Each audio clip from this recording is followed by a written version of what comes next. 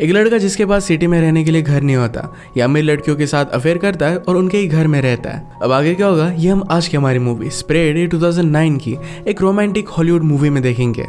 अगर आपको एक्सप्लेनेशन अच्छा लगता है तो प्लीज़ इसे लाइक और कमेंट जरूर कर दीजिएगा। अब बिना किसी देरी के एक्सप्लेनेशन स्टार्ट करते हैं। मूवी स्टार्ट होती है और हम हमारे मेन कैरेक्टर निकी से इंट्रोड्यूस होते हैं। निकी हमसे कहता है मुझे बचपन से ही पता चल गया था कि मैं बहुत ही स्मार्ट हूँ। मेरी मदर की फ्रेंड्स को मैं बहुत ही अच्छा लगता था। जब वो बड़ा हुआ तो एक फ्रेंड के साथ उसका अफेयर भी हो गया था। उसने हमेशा से इमेजिन किया था कि वो बड़ी सिटी में रहेगा, उसकी बहुत सारी गर्लफ्रेंड होगी, और वो हमसे कहता है कि ये सच भी हुआ है। इस बात में थोड़ा सा ट्विस्ट था। उसके पास खुद की रहने की जगह नहीं थी तो अमीर लड़कियों को ढूंढता रहता था, उन्हीं के साथ वो रहता था। ऐसे ही एक रात उसे हम क्लब में देखते हैं। क्लब की बहुत सारी लड़कियों को ऑलरेडी जानता है क्योंकि उनके साथ उसका अफेयर रह चुका है। उसने एक लड़की को नोटिस किया जिसके पास सारी एक्सपेंसिव चीज़ें थी। हमारी और एक मेन कैरेक्टर है, इसका नाम है समंथा।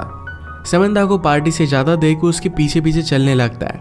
उसने उसका नाम पूछा, कहता है तुम इतनी जल्दी यहाँ से जा क्यों रही हो, मैं तुम्हें तुम्हारे घर छोड़ सकता हूँ। समंथा उसे ज़्यादा भाव दे नहीं रही थी। उसने कहा कि तुम बहुत क्यूट हो पर मैं तुम्हें घर पर नहीं लेकर जाऊँगी। निकी पूछता है कि क्या तुम्हारी शादी हो गई है। समंथा ने ना कहा। वो फिर पूछता है कि क्या तुम किसी से प्यार करती हो। वो फिर इसे मना करती है। वो क्लियर करती है कि मैं तुम्हें जानती भी नहीं। ये बात सुनने के बाद निकी उसके पास आ गया। ये दोनों एक दूसरे को किस करते हैं। निकी फिर उसके साथ उसके घर पर आ जाता है। वो हमसे कहता है कि लड़कियों के सामने तुम बहुत ही स्टूपिड सी चीज़ें करो तो उन्हें सेफ लगेगा। उसके पास लड़कियों को हैंडल करने के इस तरीके के बहुत सारे रूल्स थे। इसमें वो सक्सेस होता है और आज रात दोनों इंटीमेट हो गए। सुबह होने पर समंथा निकी को उठाने की कोशिश करती है पर निकी उठता नहीं। ये भी उसकी एक ट्रिक थी ताकि वो यहाँ पर रह सके। उसने सिर्फ उसे थोड़ी सी स्माइल दी। समंथा अपना कार्ड छोड़कर गई थी तो उसने उसके लिए फूल मंगवाए। उसे उतना अच्छा कुकिंग करना आता नहीं पर फिर भी समंथा के लिए वो कुक करता है क्योंकि उसे पता है कि लड़कियों को एफर्ट करने वाले लड़के बहुत अच्छे लगते हैं। समंथा के रात पर घर पर आने पर उसे बहुत ही स्पेशल फील कराता है। वो उसे पूछती है क्या तुम कुछ काम भी करते हो। निकी कहता है कि मैं सब नॉर्मल सी चीज़ें करता हूँ, उठता हूँ, खाता हूँ, पीता हूँ, यही सब एंजॉय करना है उसकी लाइफ है। उसे ज़्यादा कुछ बोलने नहीं देता और ये दोनों फिर से इंटीमेट हो जाते हैं। एक दूसरे के साथ एंजॉय करना यही इनकी लाइफस्टाइल बन चुकी थी। समंथा निकी की लाइफस्टाइल मेंटेन करती है। ये दोनों एक दूसरे के साथ बहुत एंजॉय कर रहे थे। थोड़े दिनों में निकी बोर होने लग गया। समंथा कब घर से बाहर जाए इसका वेट करता था। एक दिन वो कहती है मुझे मीटिंग के लिए न्यूयॉर्क में जाना पड़ेगा, क्या तुम मेरे साथ चलोगे। निकी ने कहा कि मैं तुम्हारे साथ नहीं आ सकता क्योंकि उसे पार्टी करनी थी। उसे ड्रॉप करता है और तुरंत पार्टी की प्लानिंग उसने स्टार्ट कर दी। निकी का एक बहुत ही अच्छा फ्रेंड है जिसका नाम है हैरी। जब निकी के पास रहने के लिए कोई भी जगह नहीं होती तो हैरी के पास ही आ जाता है। निकी हैरी को भी समझा रहा था कि किस तरीके से लड़कियों को हैंडल करना चाहिए। यह पार्टी में निकी की एक्स गर्लफ्रेंड आ जाती है। वो वहाँ पर तमाशा खड़ा करने लग गई। निकी हैरी से कहता है कि जल्दी से इसे घर पर लेकर जाओ वरना मेरी सच्चाई सबको पता चल जाएगी। पार्टी की सब लड़कियों को बता रहा था कि वो बहुत ही बड़ा मिलीनियर है। एक लड़की ने उसे अप्रोच किया और हाउस की टूर के लिए पूछा। टूर देते हुए फाइनली वो बेडरूम तक आ जाता है और दोनों फिर इंटीमेट हो गए। रात में फिर से हैरी और निकी दोनों हैंग आउट कर रहे थे। हैरी कहता है कि तुम्हारी एक्स गर्लफ्रेंड पूछ रही थी कि क्या उसके जाने पर भी तुमने ऐसी ही पार्टी की थी। निकी ने कहा कि क्या तुमने उसे सच बताया। हैरी कहता है कि मेरे पास चॉइस भी नहीं थी। ये सब करते हुए निकी को थोड़ा सा भी बुरा नहीं लगता। वो लड़कियों के फीलिंग्स के बारे में ज़्यादा सोचता नहीं। पार्टी की सब चीज़ें मेड को क्लीन करनी पड़ी और इसी वजह से समंथा को सब कुछ पता चल जाता है। उसने कॉल कर निकी को बताया कि किस दिन वो वापस आने वाली है। निकी आज बहुत सारी लड़कियों को कॉल कर रहा था तो हमसे कहता है कि अगर मैं किसी भी लड़की को कॉल ना करूँ तो मेरा गेम खराब हो जाएगा। उसे हमेशा प्रैक्टिस करनी पड़ती है।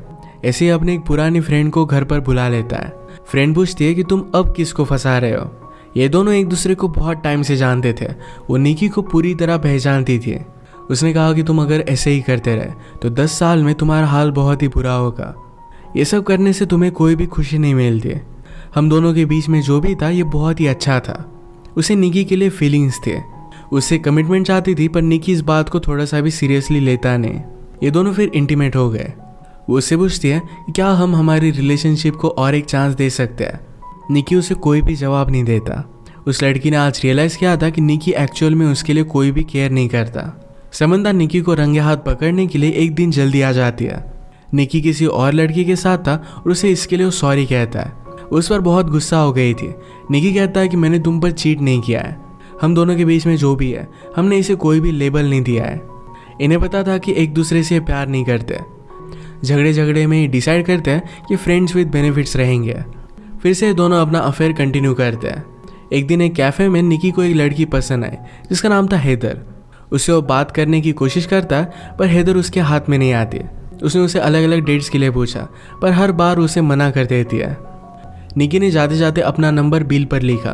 कुछ भी पे ना किए हुए वैसे वो चला जाता है। कैफ़े में एक डिलीवरी मैन था जो निकी का पता जानता था। तो अगली सीन में हैदर डायरेक्टली उसका पता निकाल कर घर पर आ जाती है। उसने कहा कि तुम अपने आप को समझते क्या हो, मेरे पैसे वापस करो।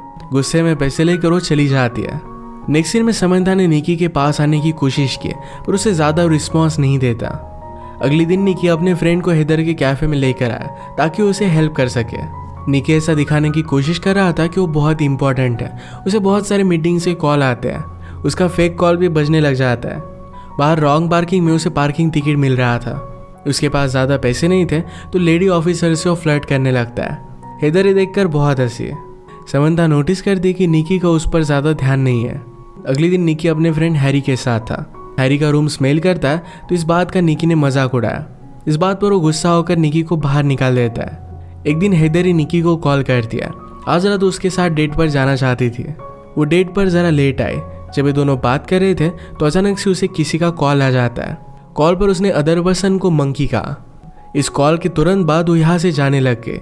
निकी उस पर गुस्सा हो गया पर वो डायरेक्टली चली जाती है। एक दिन समंथा निकी से पूछती कि क्या तुम्हारा किसी के साथ अफेयर चल रहा है। वो इसके लिए उसे मना करता है। समंथा ने कहा कि मुझे हॉस्पिटल छोड़ दो। वो हॉस्पिटल क्यों जा रही थी ये उसे नहीं बताती है। आज़ाद हैदर ने फिर से निकी को कॉल किया। उसे पूछती है कि क्या तुम अकेले हो। इसके तुरंत बाद वो डायरेक्टली उसके स्विमिंग पूल में थी। निकी ने कहा कि तुमने उस दिन बहुत ही अजीब किया था और ये मंकी कौन है। हैदर ने कहा कि मैं मेरे छोटे ब्रदर को मंकी बुलाती हूँ। वो एबनॉर्मल है तो उसी की केयर लेने के लिए मैं गई हुई थी। ये बात कहकर हैदर रोने लग गए।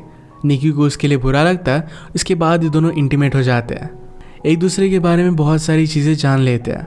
सुबह होने पर स्ट्रीट की क्लीनिंग चल रही थी। हैदर सोई हुई थी तो उसकी गाड़ी निकी को मूव करनी पड़ती है। निकी ने रियलाइज़ किया कि हैदर के पास बहुत ही एक्सपेंसिव कार है। जो भी कल रात उसने निकी से कहा था ये सब कुछ झूठ था। जिस तरीके से निकी लड़कियों को फंसाता है उसी तरीके से हैदर रिच आदमियों को फंसाती है। ये सब कुछ निकी समझ गया और उसे घर से निकाल देता है। 2 दिनों के बाद समंथा हॉस्पिटल से वापस आई। उसने अपने प्राइवेट पार्ट की सर्जरी की थी।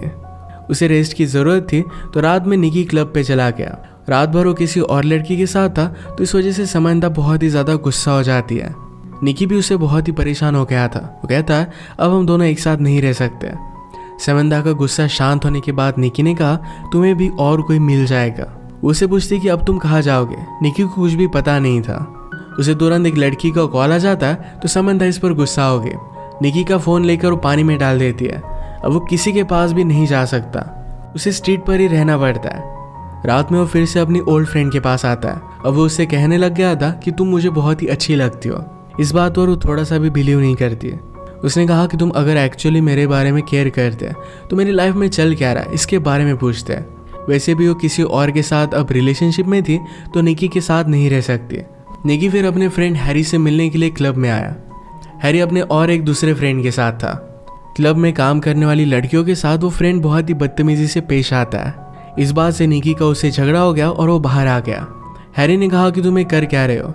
निकी ने कहा कि इस तरीके से बिहेवियर अच्छा नहीं होता। हैरी कहता है कि तुम भी एक्चुअल में लड़कियों की फीलिंग्स के बारे में कुछ भी नहीं जानते। मैं मेरी सिस्टर को तुम्हारे पास आने भी ना दूँ।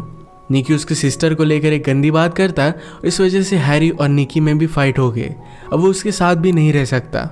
उसने और एक क्लब में जाने का ट्राई किया पर ये प्राइवेट पार्टी थी तो इस वजह से वो जा नहीं पाता। रात में वो अपनी मदर को कॉल करता है। इस सिटी में आने के बाद वो अपने घर पर गया ही नहीं था। मदर पूछती कि क्या वहाँ पर तुम कुछ काम कर रहे हो। निकी इसका जवाब नहीं देता तो उस वजह से मदर भी उस पर गुस्सा थी। एक दिन वो एक होटल पर जाकर वहाँ की एक रिच लेडी के साथ फ्लर्ट करता है। ये सब करते हुए हैदर ने उसे देख लिया। उसके पास आई तो निकी ने जो भी उसके साथ किया था इसके लिए उसे सॉरी कहता है। हैदर कहती कि मुझे तुम्हारी सिचुएशन के बारे में पता है, हम दोनों एक जैसे ही है। निकी के पास खाना खाने के भी पैसे नहीं थे तो फिर हैदर उसे अपने घर पर लेकर गई। उसके प्रीवियस बॉयफ्रेंड के साथ उसका भी ब्रेकअप हो गया था। आज वो कुछ कॉल्स लगाती है तो रात में उसकी डेट फिक्स थी। डेट से वापस आने के बाद उसने निकी के साथ टाइम स्पेंड किया। हेदर को अपनी एक फ्रेंड का कॉल आता है कि एक बहुत ही रिच मिलियनेयर है और उसका अभी भी ब्रेकअप हुआ है, तुम जाकर वहाँ पर ट्राई कर सकते हो। हेदर फिर निकी को भी उस पार्टी में लेकर जाती है। उस मिलियनेयर को पटाने के लिए निकी हेदर को हेल्प करता है, उसे हंसने के लिए कहता है, उसके साथ डांस करने के लिए कहता है। मिलियनेयर की नज़र हेदर पर पड़ी और फिर ये दोनों बात करने लग गए थे। पार्टी के बाद निकी कहता है कि तुम उससे जितने भी पैसे लोगी उसका मुझे कुछ कट चाहिए। हेदर उसे साफ साफ मना कर देती है।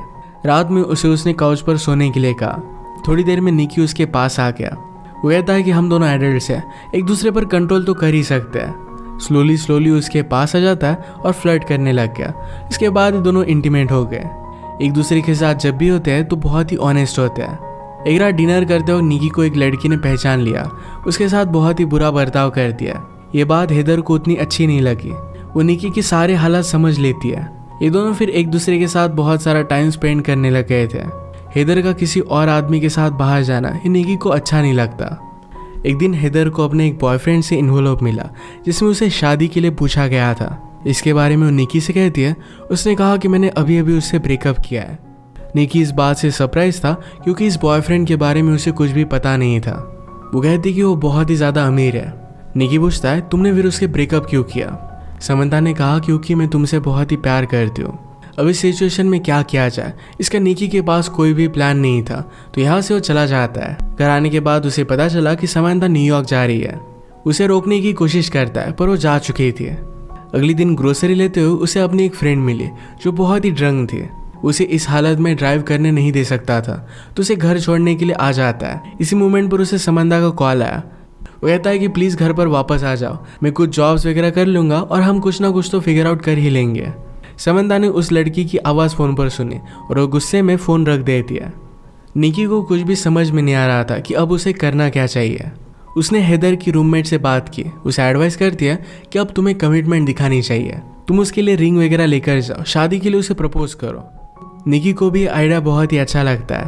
वो अपने फ्रेंड हैरी की मदद लेकर एक रिंग बाय करता है। न्यूयॉर्क पहुंचने पर वो देखता है कि हेदर अब एक बहुत ही बड़े हाउस में रह रही थी। उसने उसे समझाया कि ये जो सब चीज़ें तुम कर रही हो इसमें से कोई भी रियल नहीं है, तुम उसके साथ कुछ रह नहीं पाओगी। समंता कहती कि हमारे पास कुछ भी पैसे नहीं है, तुम सिर्फ वादे करते हो और उसके बाद तुम कुछ एक्शन नहीं लेते। इसी बात से वो बहुत ही ज़्यादा डरती है। उसने उसे यह भी बताया कि अब मेरी शादी हो गई है।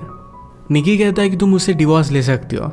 समंता ने उसे क्लियर किया कि ये सब चीज़ें वो खुद चाहती है, उसे डिवोर्स नहीं ले सकती है। उसका हस्बैंड घर आता है तो समंता ने कहा कि इस डिलीवरी बॉय को उसकी टिप दे दो। इस सब से निकी का हार्ट ब्रेक हो गया। वो अब डिसाइड करता है कि ऑनेस्टी से अपनी ज़िंदगी बिताएगा। एक्चुअल में डिलीवरी बॉय का काम उसने ले लिया था। एक दिन वो समंता के घर पर भी डिलीवरी देने के लिए आया। ये एक दूसरे को ख्याल रखने के लिए कहते हैं। निकी हमसे कहता है, इस सिटी में सबने लेकर मेरे जैसे बहुत सारे लड़के आते रहते हैं। कुछ दिनों के बाद वो वापस चले जाते हैं, पर मैं यहाँ से जाने वाला नहीं। यहाँ रहकर वो ऑनेस्टली फाइट करेगा। रियल प्यार को ढूंढने के लिए वो होपफुल था और इसी के साथ ये मूवी एंड होती है। फाइनली वो सुधर चुका था। अगर आपको एक्सप्लेनेशन अच्छा लगा तो प्लीज़ इसे लाइक और कमेंट ज़रूर कर दीजिएगा। बहुत सारी मूवीज़ लेकर आते रहता हूँ, तो प्लीज़ चैनल को सब्सक्राइब कर दीजिए और बेल नोटिफिकेशन आइकन दबाना मत भूलिएगा। हम फिर से मिलेंगे और एक नए मूवी के साथ। तब तक के लिए थैंक यू और आप अपने आप का ख्याल रखिए।